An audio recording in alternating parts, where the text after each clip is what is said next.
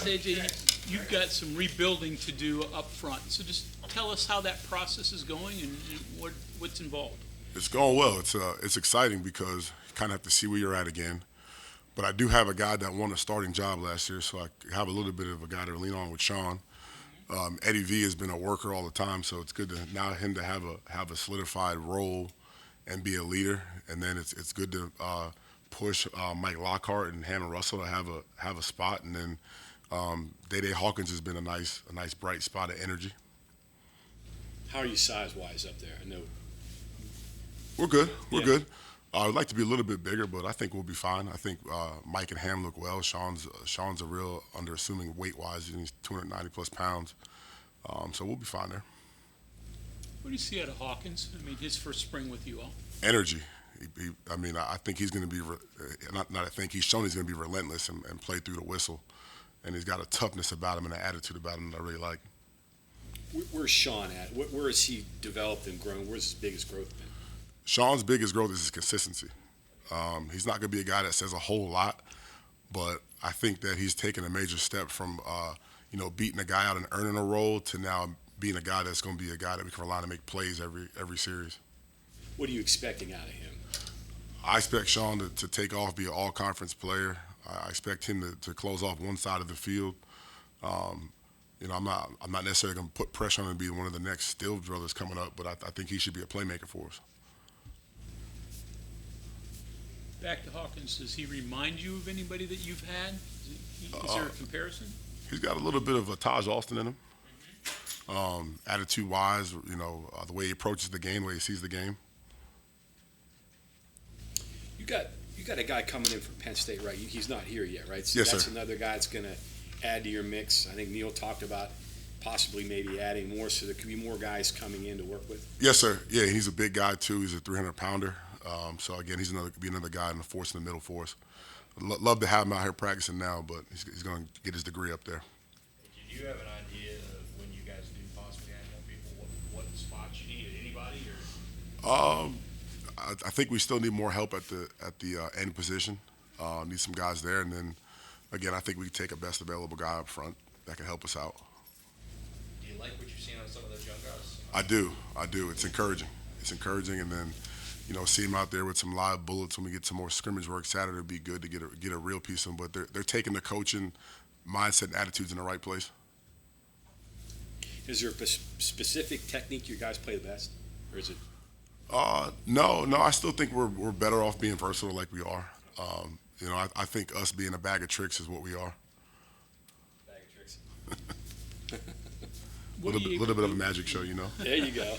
What are you able to do with Dasani? I know he's hurt, but I think he's going to have Dante Stills type versatility where he can play 3 or 4 spots.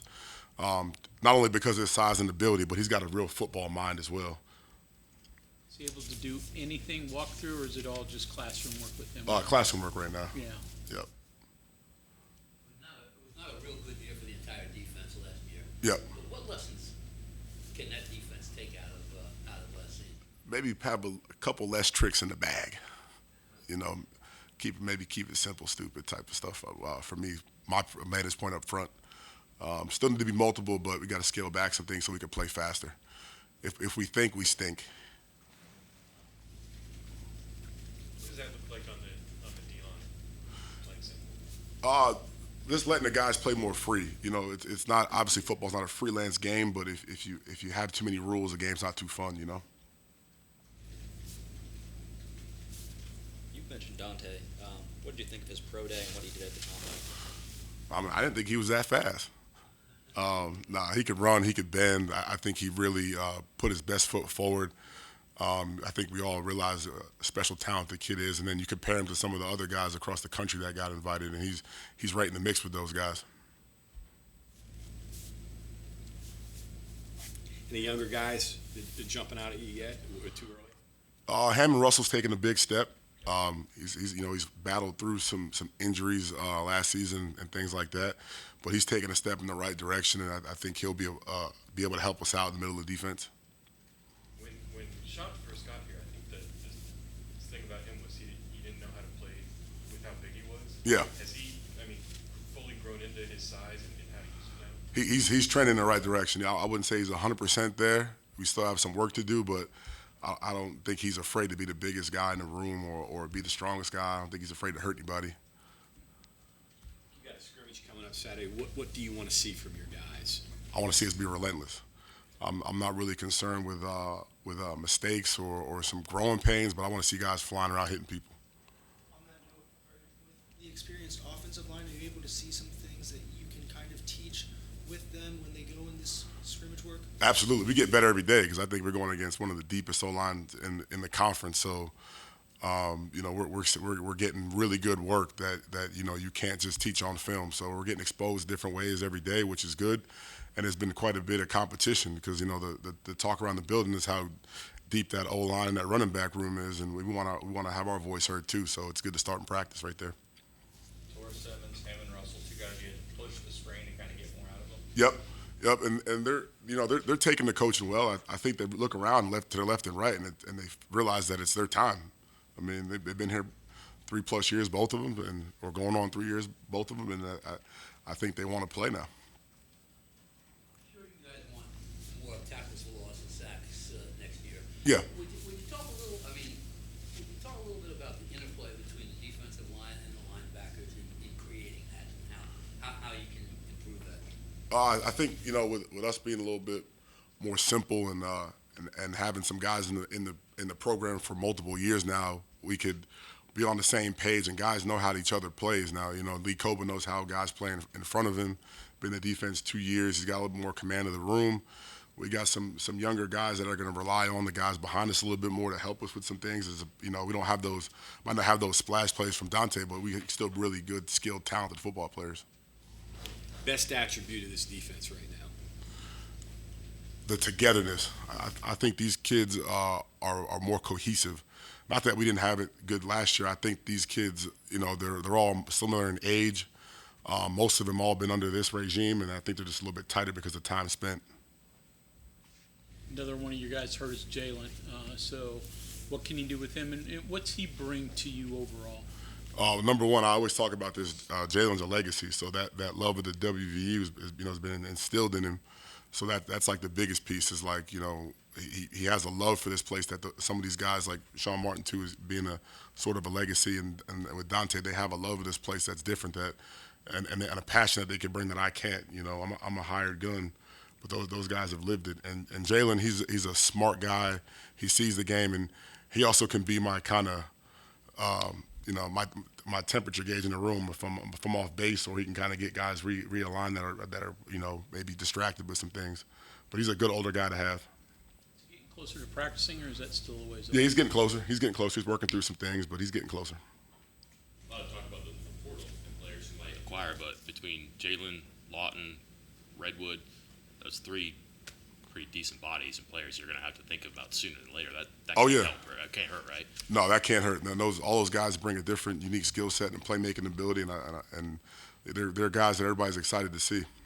A couple of days ago, Jordan was in here and he was talking about how you look different up front and you might have to play a little bit different, but you can still accomplish the goals. Yeah. What's the different look and what's the different way to play to accomplish those goals? I think the different look is we lost some pieces, and I think that those guys, the opportunity for those guys to grow into some roles and take it over for their own identity-wise. I mean, we've lost a couple key pieces every year I've been here, and guys have stepped up, and now it's those guys' turn. It seems like, just generally speaking, you've got more guys on your defense that are familiar and played West Virginia defense. Yes. That was kind of an issue last year, wasn't trying to Yeah. get all these new guys in. It seems to be more of that this year. Yeah, and there's never enough time. But now, a couple years in, we're hearing the same thing, speaking the same language, guys understanding how guys play, guys understanding the guys' shortcomings, and those guys spending time and enjoying each other. It carries over on the field, and I think you can see it this spring so far. I mean, there were times last year where you had issues getting guys lined up right. Yeah. And Yep. when people were doing things, particularly the Kansas game, Correct. where they were doing some funky things that Correct. Some of the leaders like the Mike linebacker Lee Coba is new in the defense, and we got some older guys, and really valuing him as a guy that knows the language, and being here year two and hearing him take command of it. I think guys, not that they didn't respect him early on, it's like now he's a part of the group for a full year. And he knows what he's talking about. Correct. Will Bo be a nose as well? Where is he? Or Yeah, he'll be a nose. Yep, he'll be a nose. How much different, better, evolved is Vesteranen now than when you first got here? Oh man, it's just from a language standpoint, and then just football jargon. He was able to understand the game. He always played hard, but now I think he knows the nuances of the game, and he can reciprocate what he's seeing and what he's learning back to me, and we can have a full football conversation. Whereas we're kind of using sign language, drawing stuff on the board, trying to figure out what the hell we're saying to each other. But now I think he can understand and see the big picture. Okay, anything else for Coach? One more. Sure. Lockhart, I mean, not new. He played obviously before, but it seemed like once he got in and settled last year in his role, pretty productive in his. Yeah, and in all fairness, he got here in the summer, spent a lot of time in the portal, not in shape. I think now you'll see a kid that's in better shape, lifting weights and running. And again, another guy that's been here, going on to a year plus and hearing everything, I think he'll be taking off. you mentioned Hammond Russell as well. So give us an analysis on him. How has he progressed? He's progressed quite fine. Number one, he's healthy. I think he's a more mature kid. He's always got a great smile, happy-go-lucky. But I think he's able to know when to be serious and when to lock in, and I think he's going to take off as well. Okay, thank you, Coach. Appreciate you guys. Have a good one.